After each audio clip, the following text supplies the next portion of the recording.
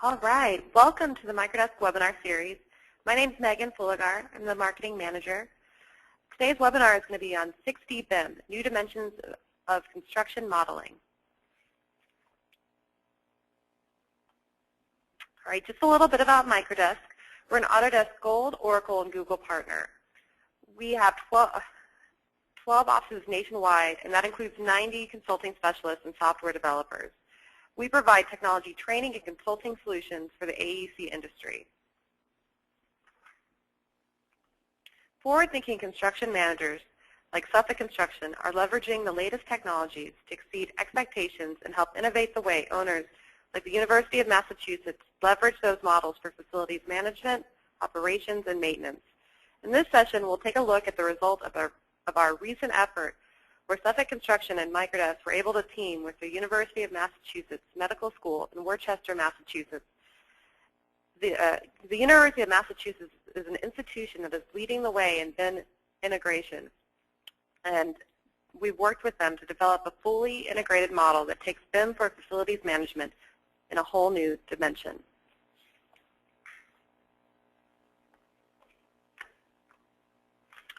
Presenting today's session, we have with us Director of Solution Specialist, Jody Reynolds.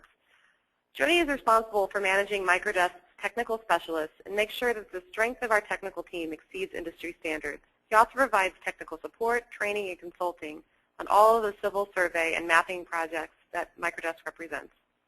Jody frequently presents technical workshops at various professional organizational meetings and conferences, including Autodesk University. We also have with us Microdesk Senior Consultant, Will Maynor. At Microdesk, William is responsible for providing implementation and consulting services, technical support, and training in the Northeast area. He has extensive experience working with complex mechanical building information models. He provides our clients BIM implementation support and consulting, technical support, and training.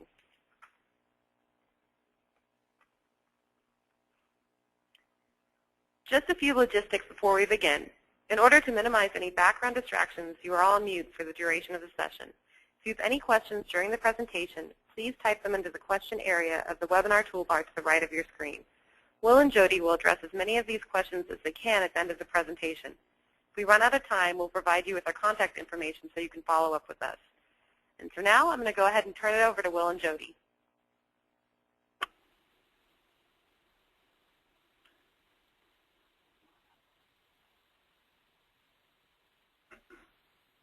Okay, good afternoon. Hopefully everybody can hear us okay. My name is Jody Reynolds with Microdesk.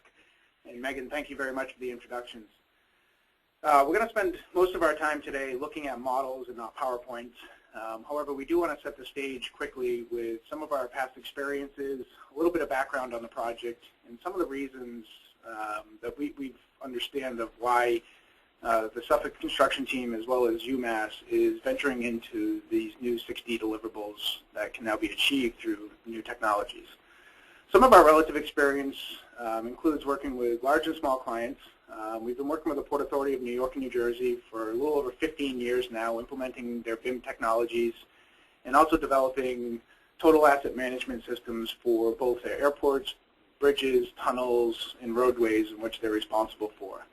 The School Construction Authority, we've developed BIM standards for them around design, construction, and operation and maintenance of that data downstream for future uses, as well as the Department of Buildings down in New York City. Some other clients that you may or may not know of is Massachusetts Department of Transportation, or MassDOT, has recently migrated to a BIM modeling workflow leveraging Civil 3D.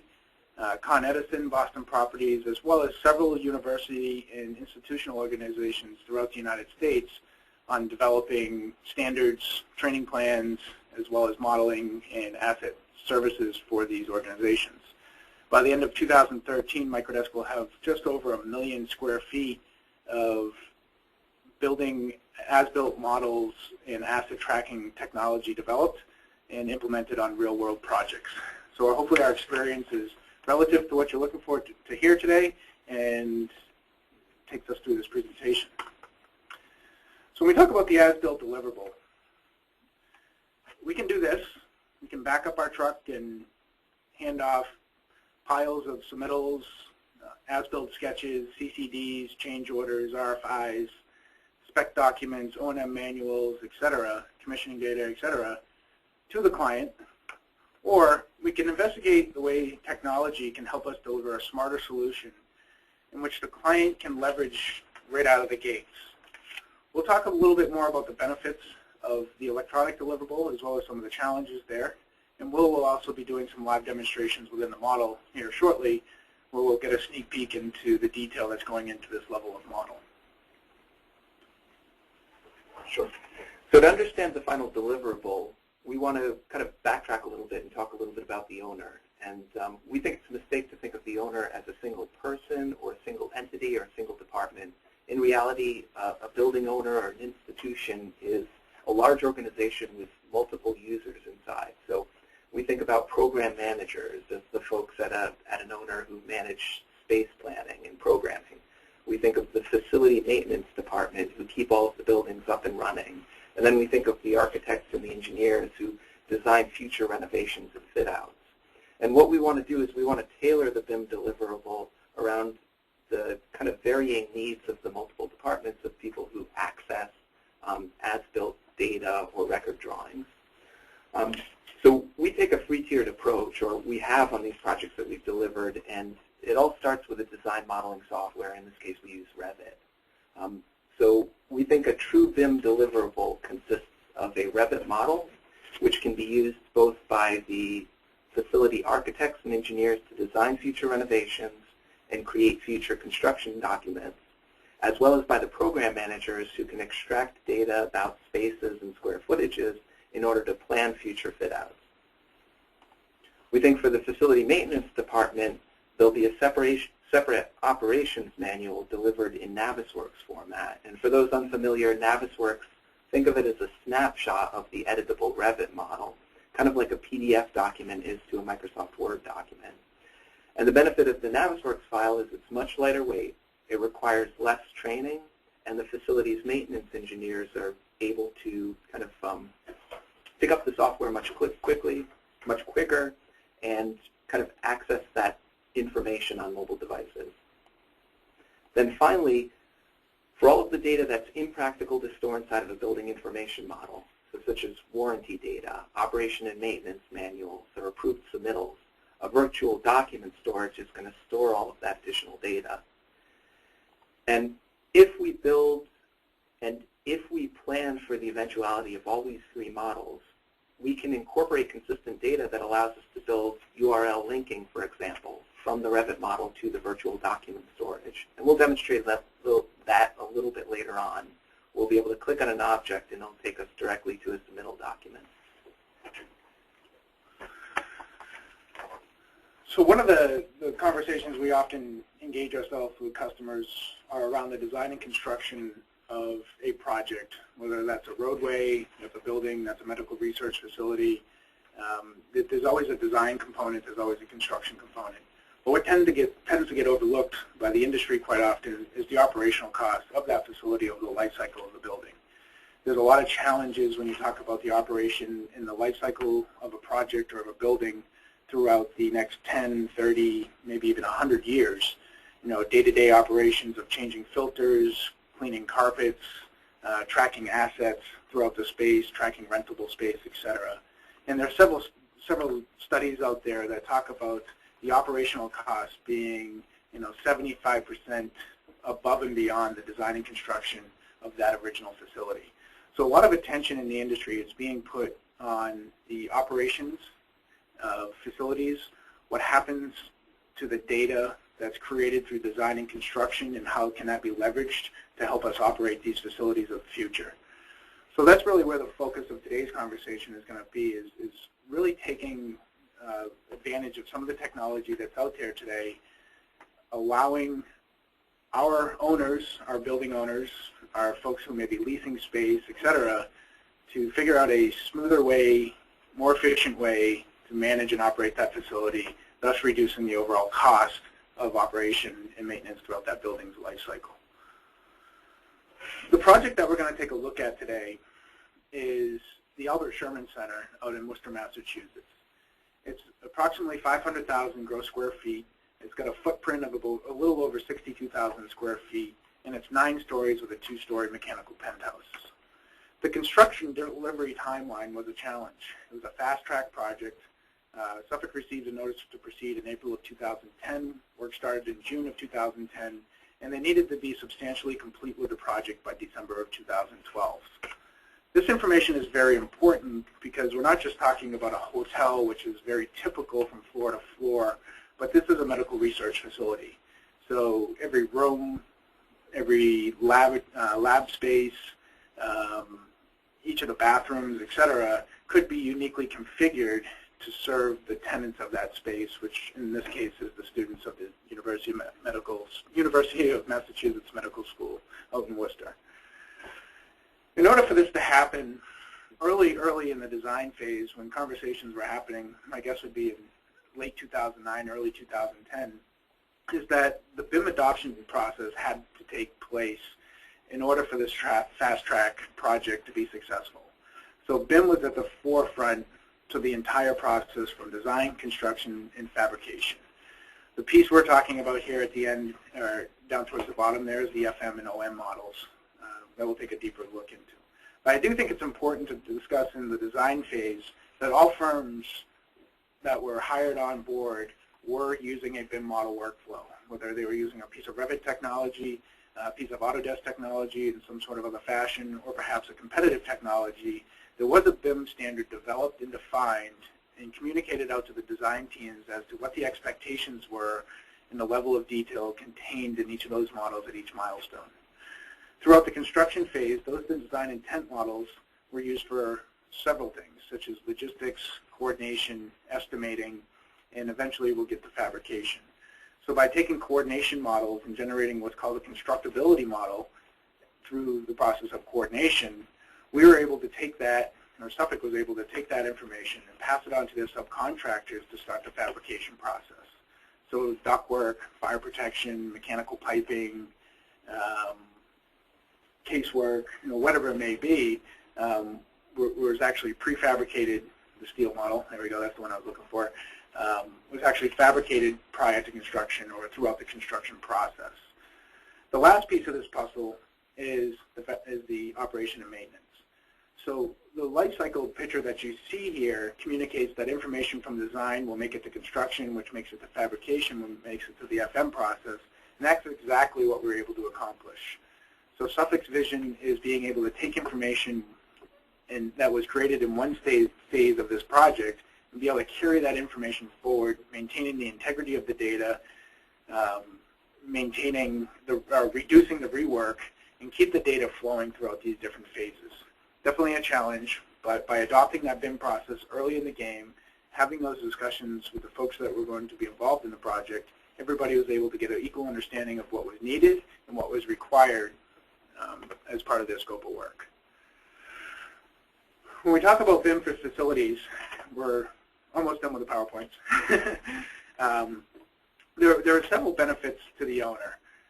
We've listed a few out here that we're going to actually take you through the demonstration here shortly. But if we just use these as some discussion points, the owner receives as-built models within 2 months of construction completion. So that was actually obtainable on the UMass project. Throughout the entire project, we were collecting as-built data as floors were signed off, and we were incorporating that as-built data back into the model to build the overall as-built model. So when the project was done, we continued to receive the final as-builts, and we were able to deliver an as-built model to the owner 2 months post-construction, opposed to the traditional method of our U-Haul, which some of that information may never get utilized, taken advantage of, and it could be 6 months, a year, or 2 years out before the actual documentation can be utilized. One other point that's very important is access. The owner can access all the information from a central location. So Will talked about the three-tiered approach that we have here. And what you'll see when we jump into the presentation of the model is that the user interface is consistent. How I check a VAV versus a water heater versus a piece of furniture is going to be very consistent. So we're not dealing with receiving multiple file formats from different companies, PDF files, which we store in and drawers of paper, and then 3-ring binders that may have some spec data, operation maintenance manuals, and all that information may be scattered throughout 3 or 4 different office buildings on a campus. So having the access to all the information from a central location is very critical to facility managers and planners within this institution. The ability to test what-if scenarios virtually. It's a little hard to explain, but really we'll jump in here shortly into the demo and start talking about those what-if scenarios. An example may be, what if we had to change all the light bulbs on level 2 from a 100-watt non-CFL to a 40-watt CFL? How many bulbs do we have? What is the cost of that project? We can very quickly quantify that using the model. We'll dive into some more relative examples of that shortly. One other component that's important to the owner here was the ability to access this facility management information from the field. So we may be on in our truck out at a site, and we get a call that there's an issue. We don't need to run back to the headquarters where all this information is stored, start pulling files and plans and trying to figure out what we have for information, but rather be enabled on wireless devices throughout the campus, such as iPads or Android tablets, to be able to access these models, access the warranty information, access the O&M manuals, and also access past work order history that's been performed. The last piece of information is the ability to physically track assets in managed space programs. So when we're talking about physical assets, these are things such as your air handling units, your diffusers, VAVs, thermostats, fire extinguishers. Basically any physical asset within the facility, we are able to track the installation of it, the operations, work orders, and the original documentation for that asset. Okay? So without any further ado, let's go ahead and transition over to Will here, and we'll take a deeper dive into one of these models. Okay, very good. Thanks a lot, Jody. So what we're looking at here kind of gives us a glimpse into what a large institution's ultimate BIM vision might look like. So here we're looking at the UMass, actually a large portion of the UMass Worcester campus. It's not complete. But even though we haven't been involved in all of these buildings, this gives you an idea of where they're eventually going with the information. But what I can do is I can go inside of here and I can turn off some of the buildings that aren't relevant to what we're doing, and then we're going to focus on the Albert Sherman Center. So this is that 550,000 square foot building that we were talking about a second ago. And specifically what we're looking at is kind of an aggregate, essentially, of all of the subcontractors' as-built coordination drawings, or coordination drawings come as-built drawings, converted back into Revit software using some custom applications that we've developed in-house at Microdesk, and kind of aggregated together in order to achieve a high level of consistency. And the benefit of that is that now we might be able to zoom into a particular level of that building. And I might be able to zoom in a little bit further and maybe to kind of highlight some of the things that we might want to look at. I can come in and I can assign a transparency to the architectural walls, and this might be a little bit easier visually to get a sense of what's going on. So now we very quickly have the ability to essentially see through walls if we want to, or I can see through the ceiling and see what's going on above me. So this is very important, and in fact, let me backtrack for a second and just say that what we're looking at right now is the model that, specifically the model that we used in our last training session at UMass. And it's very important to mention that we at Microdesk, the same folks who built the model, are the ones who are training the UMass facilities managers and architects and engineers. And this training was put together by Suffolk, and in my opinion is very important because the questions, the comments that came up during those training sessions really helped to shape the final deliverable. In other words, we started the project with a BIM vision. UMass put together a large document kind of explaining exactly what they wanted to see in the model. But at the end of the day, this project's not going to be successful unless the folks at UMass actually used the model for what it was intended. So even though there were many things that we put into this project that were a little bit outside of scope, it was important to us to do the right thing by the client and make sure they got everything they needed out of it. But I bring that up during the presentation just to mention that, if there's a feature, if there's a benefit that I'm highlighting, these all came at the request of the client. And one of the earliest requests involves navigating the model. So inside of the Navisworks file we're looking at, we've got the ability to generate what are called viewpoints. And viewpoints are essentially different ways of looking at the building. So I can zoom all the way out if I want to. I can zoom into a specific level. Or more importantly, one of our requirements was to go through and for every piece of equipment in the building, generate a unique viewpoint that zoomed into it. And now at this point I can come in and I can hide objects and I can select a particular object, and you're going to notice that what I highlighted here is a VAV box. In the properties of that object is all of the data that we entered inside of the Revit model, exported and carried through to the Navisworks snapshot. And then we also went one step further and organized the data that we think is relevant to the end user. So data such as the equipment type, which schedule would this object appear at in the construction document set. Obviously the manufacturer of the model, the tag it would appear on, or the tag that would identify this inside of either the construction document set or the as-built drawing. But most importantly to UMass was the idea of a unique identifier, an asset code. They called it the MO number or the MO number.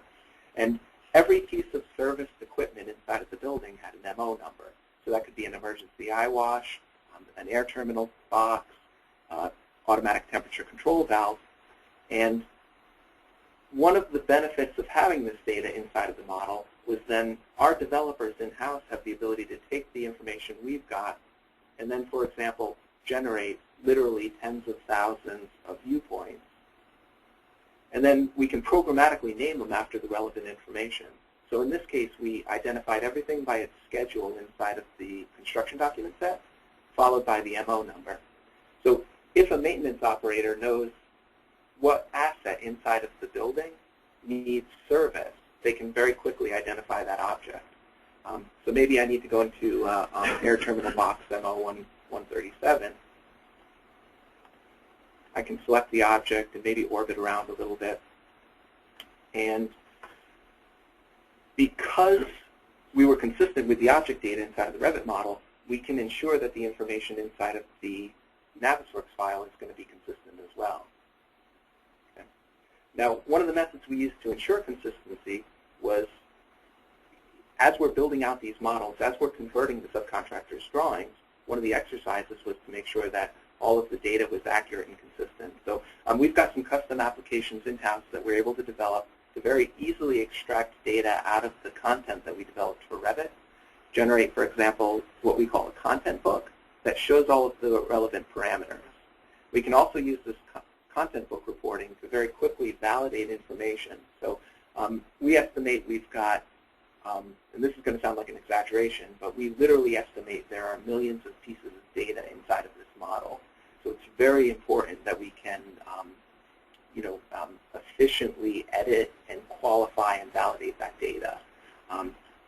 So in that regard, what we do is we generate special validation tools that allow us to extract information and review it. But the benefit of that is then I can eventually go back inside of the Revit model. We can find one of those VAV boxes, and we'll find in the properties palette all of the UMass data that they need, including the MO number. In addition to that, we're also able to programmatically generate an online document storage site. So in this case, UMass has a SharePoint site on which they store all of their operation and maintenance manuals, as well as all of their warranty information and approved submittal documents. So that's the information I mentioned earlier, which is impractical to include inside of the model. And one thing we can do is we can go into the Navisworks file and turn our links on. The software is going to think for a second. Like I said, there's tens of thousands of objects in here with URL links to a SharePoint site we built out. So it's not surprising that it's going to take 2 or 3 seconds to think. Alternately, what I can do is I can right-click on an object, and there'll be an option for selecting links inside of there. And while that's thinking for a second, I can pull up one of the, we just wrapped up. So here you can see what I'm looking at is labeled as a constant air volume box. Its identifier in the schedule is a CV5. And if I click on that ID, it's going to open up a direct link to the UMass SharePoint site which shows me a folder structure of information. For example, all of the similar asset tags of CVs on that particular floor. And if I go out to the root folder for our building information modeling, you can see we've got this broken up by discipline. So if I were to go into fire protection, I would see every pressure reducing valve, every floor control valve assembly, the fire pump, the jockey pump. We can go into HVAC, and I enter one of the lab floors. I can see all of the active chilled beams, all of the exhaust air. In this case, we've got the Venturi valves. And through the SharePoint folder structure, again, that we generated programmatically based on the consistent data that was entered inside of the Revit model, now we can quickly access the information in a way that we know is free of human error. So in other words, because this is done programmatically, we're able to convert the data and have a high level of confidence that things are accurate. Or alternately, when we do find errors in here, because we do, it's very easy for us to correct those errors in broad strokes. So I'm going to turn the links off, but you can imagine for every object with an MO number, we might be able to very quickly get to the SharePoint site to show me additional information. But one of the comments we got during training was that, all right, well, we don't always know the MO number. Sometimes we know the room that the object lives in. So maybe I want to see an air terminal box inside of a specific room, or I want to see a chilled beam inside of a specific room. So what we can do is, because we're using some advanced customization so we're using a combination of customization and object properties, we can recreate the exact same viewpoints, but programmatically name them after the room they're in. So if I needed to go, for example, to, what kind of rooms do we have in here? We've got some cubicles. I can go directly to a cubicle. We can go to lab breakout rooms, electrical closets. So here, for example, is a fan coil unit that's serving an electrical closet, AS8 2022. And all of this information, again, is based off of object properties. If I were to select the fan coil unit, I would see inside of it the properties necessary to kind of name those viewpoints. Or alternately, I can go back to a kind of a root level, and I'm going to say I'm just going to go back to level 8. We might have some of the fume hoods might be a little bit more compelling because these guys are inside of lab breakout spaces. And right now what I'm looking at is the ceiling space, but we do have the ability through some sectioning tools to go in and say, maybe I'd like to see what the rest of the floor looks like. So I can take this right down to the floor level. Here we've got a lab sink. And I can zoom in a little bit closer. I mentioned that all of the emergency eye washes are going to have unique object identifiers. So there's the MO number for a particular eye wash. The same way I got to the VAV box earlier, I would have gotten here. All of the electrical devices are virtually circuited, so I know what panel and what circuit number that device belongs to. And this is going to come in later as we start navigating the model in a little kind of higher level of detail. So I can zoom out, and this kind of gives you an idea of if I need to get to a specific space, I can very, very quickly get an idea of what equipment is inside of that space. But one of the nice things about Navisworks is that we think of these BIM models not like a collection of lines, circles, and arcs, similar to a CAD file, but instead we think of them like a database. And just like a database, we've got some advanced search features. So the same way that I might go onto Google and I might do a search for a particular website or a particular topic, so can we search the Navisworks model for objects based on the properties that we've entered. So if I kind of pan and zoom around here, we might find a room that's might have a little better story to tell. And I think the electrical closet's a good example. We can go through and enter some search criteria and say, show me all of the equipment which serves AS 1060. I can find it all, and I can hide everything else.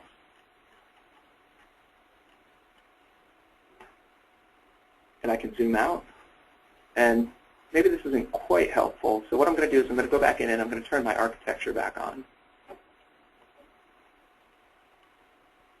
And maybe I need to see my room tags as well.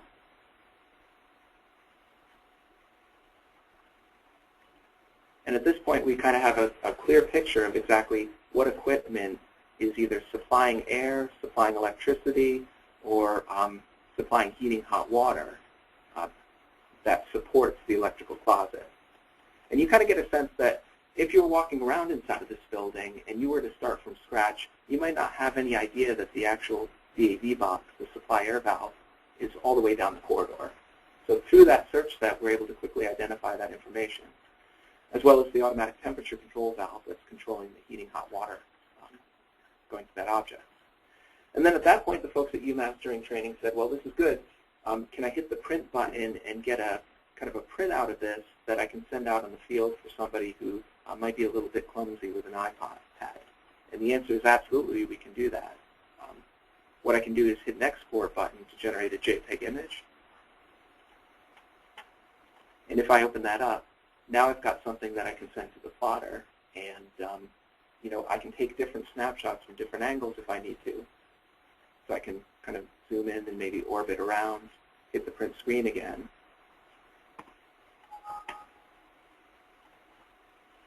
Maybe replace an existing drawing, and then that gives me an idea of the that area inside of a particular building or inside of a particular room. Okay.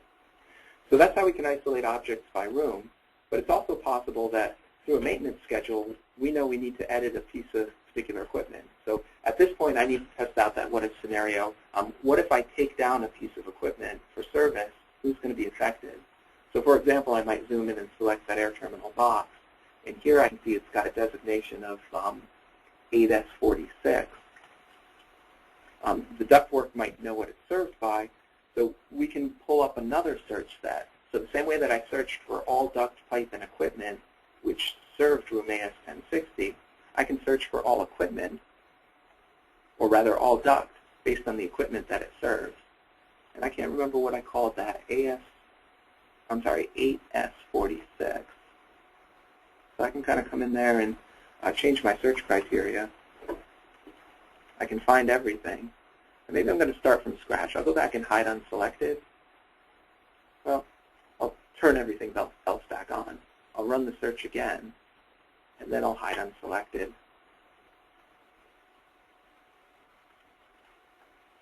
Turn my architecture back on. Turn my room tags back on. And now I've got a list of all, or now I've got a kind of a visual cue of all duct as well as the air terminals all the way down to the end of the corridor that are served. Again, at that point, I can hit the print button and save this as a new file. And later on, print that out. Now, as a quick sidebar, the screen captures that we're generating aren't going to be to scale. If we wanted scale drawings, we mentioned earlier in the PowerPoint presentation that we're also using the design software, Revit. And that's where this model originally comes from. So it's from that Revit model, which I'm not going to show you today, that we could generate a new set of CDs and plot out a true drawing to scale. Okay. There are other searches we can do in here as well. So for example, if I need to know, maybe I need to find all of the devices in a project that are supported by a particular electrical panel. Because we virtually circuited this model, we're able to do that through object properties. And you can see in the model that we provided to UMass, there are quite a few search sets that have already been provided. And if I just take a step back for a second and I turn everything back on, we do have the ability to isolate, for example, all of the chilled beams in the model. And now we've got a quick snapshot of all of the active chilled beams. Similarly, I can isolate any pipe or duct by system. So if I wanted to find all of the HVAC heating hot water pipe, I can do that as well. We could hit the plot button and we've got kind of a very quick isometric snapshot of all of the pipe in that particular network.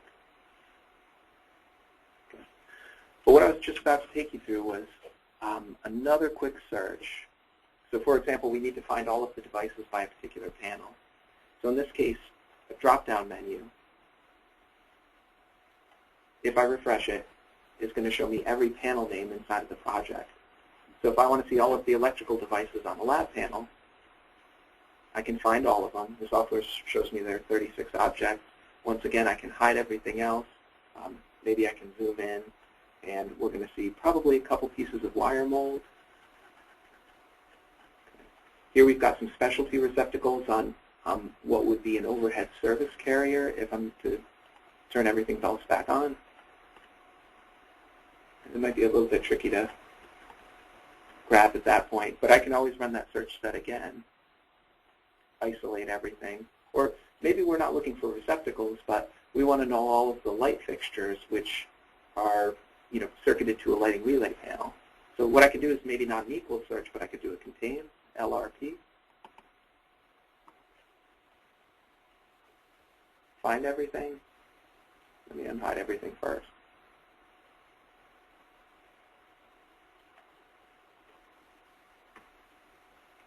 And now we've got a kind of a quick snapshot. In this particular building, there's some cove lights in the corner office that's controlled by a lighting relay panel. You're going to notice there are even some receptacles if I were to select them. These are on some of the overhead service carriers supplying power to task lights on some of the lab benches. And here you can see this particular receptacle is circuit 1 on NL8W4LRP5. And this not only tells me what lighting relay panel, but also the relay contactor that it's circuited to. And then once at that point, maybe I've identified all the devices on a particular circuit. Now, similar to the equipment example, I need to know where is the panel that I need to service. So once I know what needs to be serviced, then at that point I can do another search, hide everything. And this time we can search for panel by name instead of devices by panel.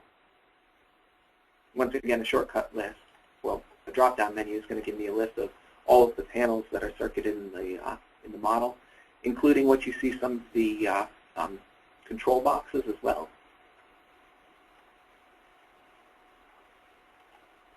But I can find all. I can click a button to zoom into it. It might be a little bit hard to see, but once I start orbiting, that's going to kind of give me a better picture of what exactly I'm looking at. Let me find it again just to make sure it's selected. I can unhide everything else. Zoom in. Maybe I'll zoom out just a little bit and then turn everything else back on. And that gives me a snapshot. Now what we're looking at right now is a lighter weight version of the full building model that we used for training. So the intent was that this is a file that's going to be very, very lightweight and very easy to use on all of our training laptops. But in the full version of the model, we would also be able to find that circuit panel by its MO number or the room that it's supplied in. So just as we have viewpoints for all of the mechanical equipment, we also have viewpoints for all of the panel boards. And then, like I mentioned earlier, we are able to go through and, just like we did on the mechanical equipment, we're going to have links to every folder on the SharePoint site for that panel. So now I've got kind of a direct link to any commissioning data, asset tags. The approved submittal is going to be in this folder as well. And there, just to confirm, the asset tag is the text document that we created. So all in all, every piece of serviceable equipment inside of this model has a total of 3 SharePoint links. We're hoping to work with UMass in the future in order to incorporate URL linking to building automation systems as well. So one of the important pieces of information that we entered, you're going to notice when I grab an air terminal box, is the Siemens number. So very importantly, we're able to take any piece of information that we were given by either the commissioning agent or the control subcontractors, and as long as that data was provided to us in Microsoft Excel, we were able to quickly develop some custom applications that would import the data into the model. And because we put the necessary parameters in there to make a logical connection, so for example, in the Siemens schedules, they scheduled all of the equipment by what we call the designation. We're able to match those designations with the information in the model and then get the data in the right place. Similarly, the commissioning agent, in this case it was Flack and Kurtz, generated a large Excel spreadsheet with additional data, all set up as a function of either, for the emergency eye washes, the space that the eye washes were located in, or for the equipment, again, the designation, we're able to programmatically parse those Excel files and get all of the commissioning data into the Navisworks file. So now, I think I could kind of continue talking on and on, but maybe what I'll do is leave some other things for question and answer a little bit later on, and kind of not waste too much time. We'll get back into the PowerPoint presentation, and I'll give it back to Jody. Okay, well, thanks. I know you could definitely continue to talk about that model for hours, and appreciate the time. So as Will had mentioned, some additional ongoing efforts with UMass is the continued training and technology support. Because this is a new deliverable to UMass, it is a pilot. So what they're trying to do is figure out how does this fit into the workflow, how do we change the way we do things internally at the university as far as responding to work orders, managing work orders, and how do we utilize this model for more things. So, for example, one of the conversations we're having right now is wall coverings. So right now in this model, there's no indication of which color paint is used on which walls, but as UMass starts to see the value of the model and being able to track this information with over 380-something colors of paint being used in that building, it's pretty important to know if somebody backs a laboratory cart into a wall and scuffs it, that we know exactly which paint to use versus the old trial and error. So Microdesk will continue training and technology support for UMass, as well as continue to manage the models with UMass. So UMass is actually owning the models. They have them up on their servers. They're starting to utilize them as we speak. They are evolving from a traditional facilities mindset. Okay, so going to a paper drawer, getting a 3-ring binder, jumping on 3 different computers to generate a work order, is all being streamlined and evolving that thought process inside of UMass. Is it perfect today? Absolutely not. Is it something we feel over the course of the next few years will get defined and ironed out and be the way they do things in the future? Absolutely. So one other thing we talked about real quick is utilizing the models for future design improvements. So now that we have things virtually circuited in the building, we know what receptacles goes to which circuit, which breaker they're on. We know which lights are served, how many watts are being used, the sort of percent loads on those circuits. We can very quickly understand if we need to add 15 more lights to a room for whatever reason, if we need to increase that circuit, or can we just add it to an existing circuit.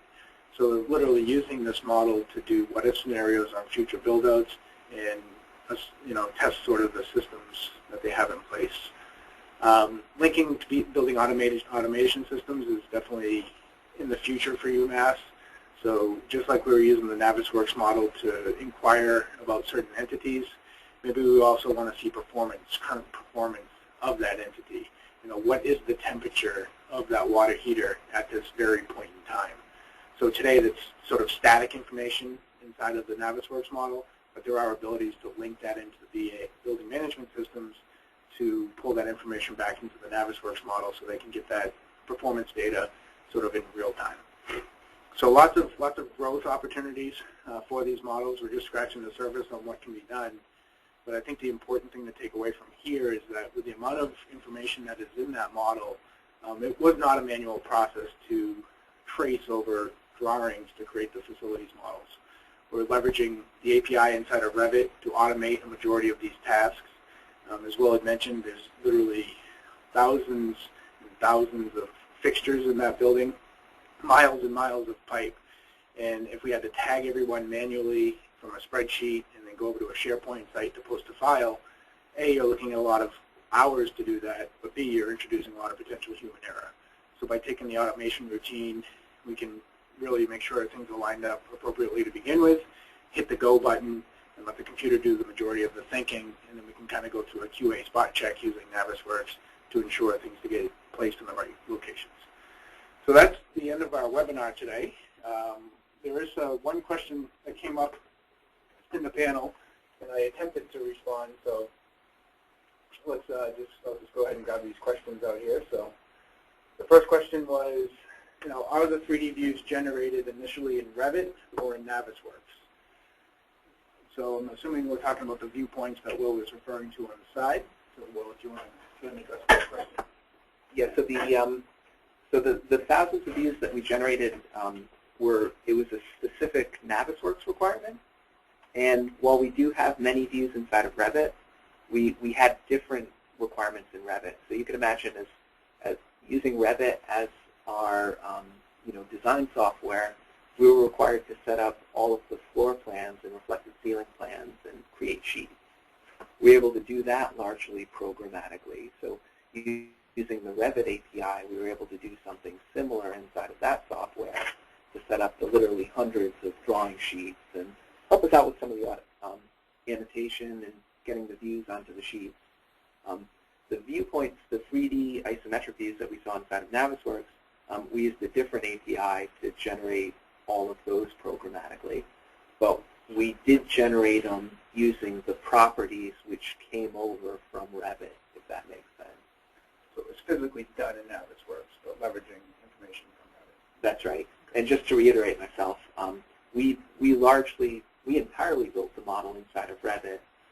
We hit an export button that is available out of the box with the Autodesk software, and then we generated from those Revit models the Navisworks model. Okay, the next question that came in was, are all the views created manually? And I think Bill just touched on that a little bit. So we created about one view manually for each floor, just as a matter of kind of taste. But once we got down into every tagged piece of equipment, it was in the VAV boxes alone was in the several hundred. So at that point, we just couldn't afford to have somebody generate it manually. We leaned on our development team to create something. Navis may act like a database, but it's not. It's only unidirectional. How are you updating the models as the building changes? So that's great. So Jody had mentioned a very important point on the last slide, and that was continued training and support. So there is a process that we've developed by which we get the Revit model back into Navisworks. So you're absolutely right. It is unidirectional. Any changes in the future are going to occur inside of the Revit model and then later get exported. And we're looking at this as a partnership with UMass. So absolutely we're going to share with them the tools they need to move data around the same way we did.